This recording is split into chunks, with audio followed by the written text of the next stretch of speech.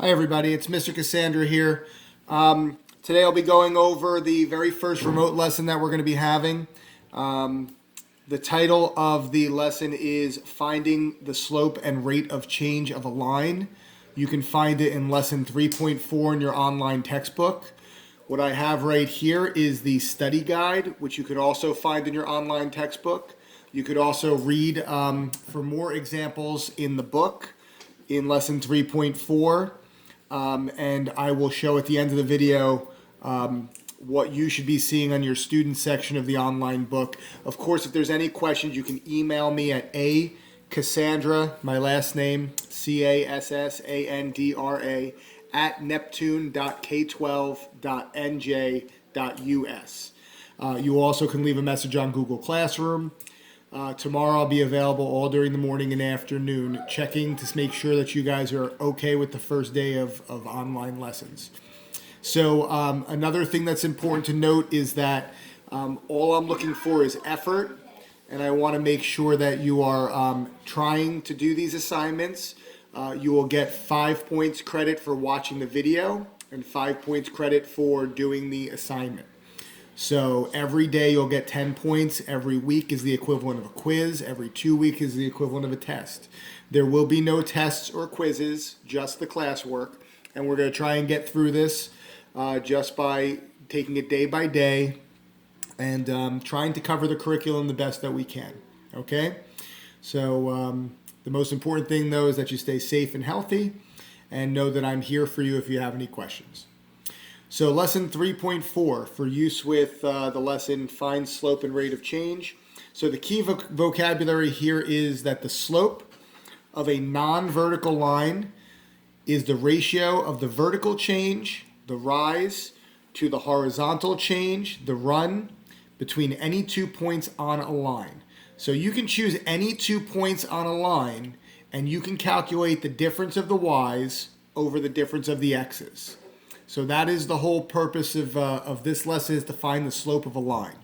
Now notice how it says non-vertical line. That's because vertical lines do not have a slope because there is no horizontal change. So this fraction would end up being dividing by 0. I'm going to point out an example of that when we do go through the rest of the study guide.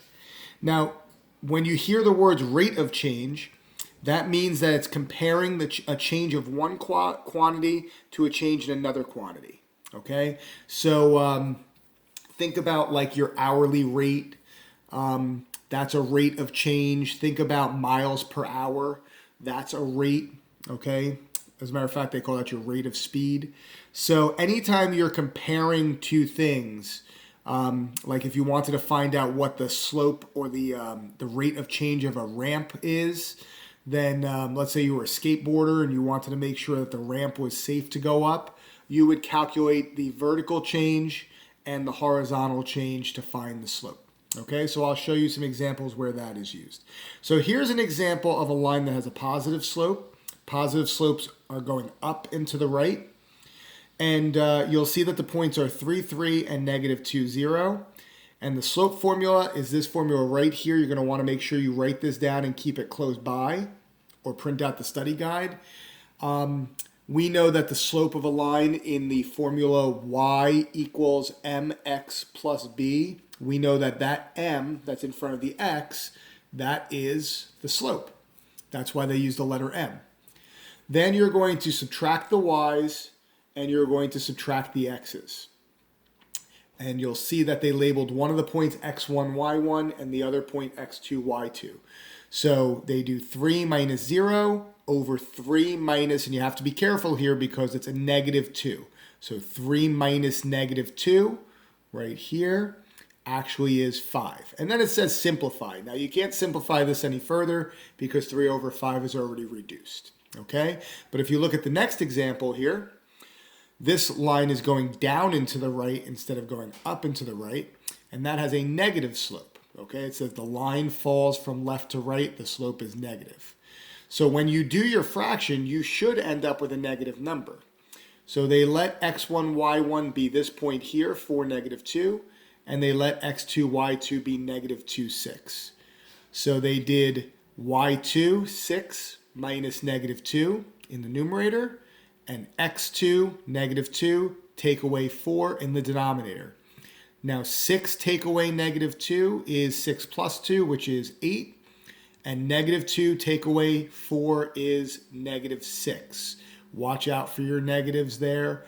When you have negative 2 and you take away 4, that means you're moving further to the left on the number line. That's why it's negative 6. And then you'll notice that they reduced 8 over negative 6 to negative 4/3. Okay? So just to give you an example of these two problems down here at the bottom, if this was your x1, y1, and this is your x2, y2, you would do m equals y2 minus y1 over x2 minus x1. And you would do 9, take away negative 1 in the numerator, the y's. And then the x's, x2 minus x1, 5 take away negative 4. And when you do that, you get 10 over 9. And you can't reduce it, so you're done. Okay? So I hope that that helped you to find the slope of a line. And I'm going to pause the video now so I can go over to... Okay, so here's the online textbook. First of all, here are all of the usernames for our class. Okay, remember the password is Neptune with a capital N, 1920 for the school year. So there are the usernames in case anybody forgot them. And so if I put in somebody's username here, let me pause again.